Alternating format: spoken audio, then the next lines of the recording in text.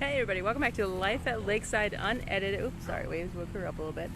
But we are here on episode 11. We're going to talk about fall mums. Last time I talked about how not everybody likes mums. I know it still stings to hear it, but it's true.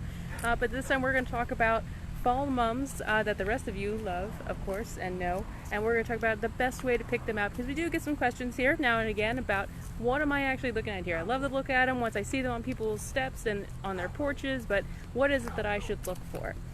So let's just look at a couple of things here. We're not going to do anything crazy, but just some sort of broad strokes, what it is that you want to sort of keep in mind when you come in. And the glare is real bad here, so hopefully I just turned that camera around. I think I did. Okay, yeah, okay, I got it. All right, so I'm out here along our driveway, of course. We've got a selection of our mums here. Do not at all think that this is all the mums we have. I kind of, a little bit I wish, because we plant them all by hand. We have over 10,000 mums on our property by the time we're done planting. Over there across the street, that's the bulk of what we have that we grow. But we also have, these here are 9-inch mums. We also have some further into these greenhouses, so I'll show you those later. So first thing you want to think about, well, that's, oh, you know what, it's kind of a toss-up. It's going to depend on you. You either want to think about what colors you're looking for or what size you're looking for. So when you're looking for your mums, not everywhere you go is going to have different sizes, but of course we do. These are your 9-inch pot sizes. This is often called a field pot, and that's what most places are going to have. That's what you're going to see the most often. It's a decent size for putting on steps, but it's a really nice size for porches and patios. Now, I'll show you some of the other sizes that we have, but just to tell you in case you decide to tune out before I get there, I don't blame you, I do tend to ramble on now and again. We do also carry 4-inch, which are the itty bitties, which you can kind of see up there. We have some 6-inch that are a little bit bigger than that. We even have 10-inch hanging baskets. We get a lot of people that say, whoa, I've never seen a hanging basket that's a mum. Yeah, we have those. And we also have 12-inch. We have 12-inch, and the 12-inch specifically, I know that we have some that are multicolored within the pot. I don't remember what color combinations we have, though.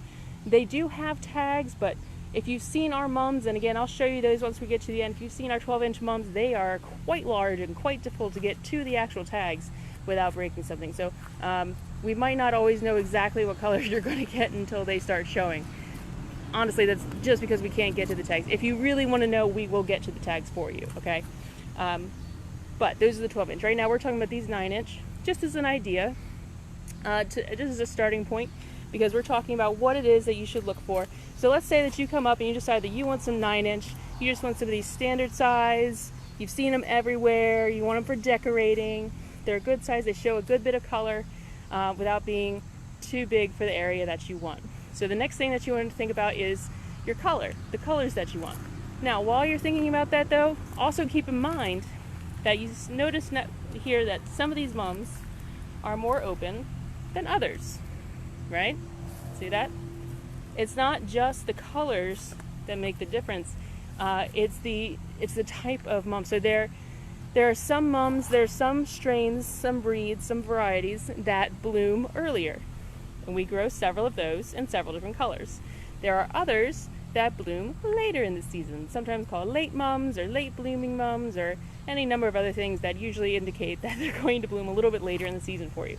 There's a reason for that. There's a reason that we do that, that we grow them in basically 2 batches. We plant them all at the same time, but we grow them to bloom at 2 different times. We grow the ones that bloom at 2 different times because mums only bloom for about 6 weeks, roughly, depending on the weather and a bunch of other factors, but give or take, it's going to be about 6 weeks of blooming that you're going to get from an individual mum.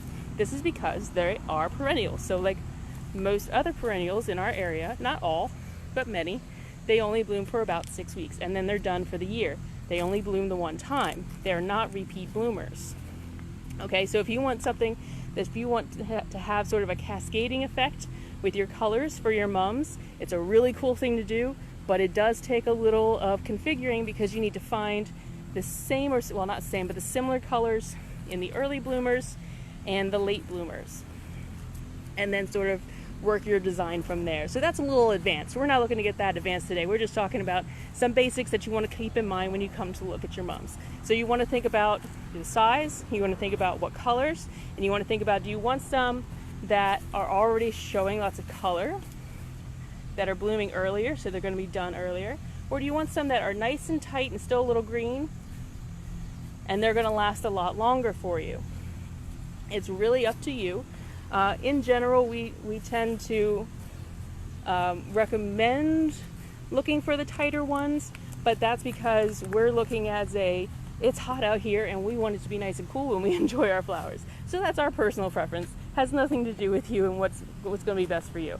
If it's going to be better for you that you have people coming this weekend or next week or sometime in the next month, and you want there to be lots of full color and very little green, then you're going to want something like these where they're already blooming their little heads off. That's a really cool color too. Look at that.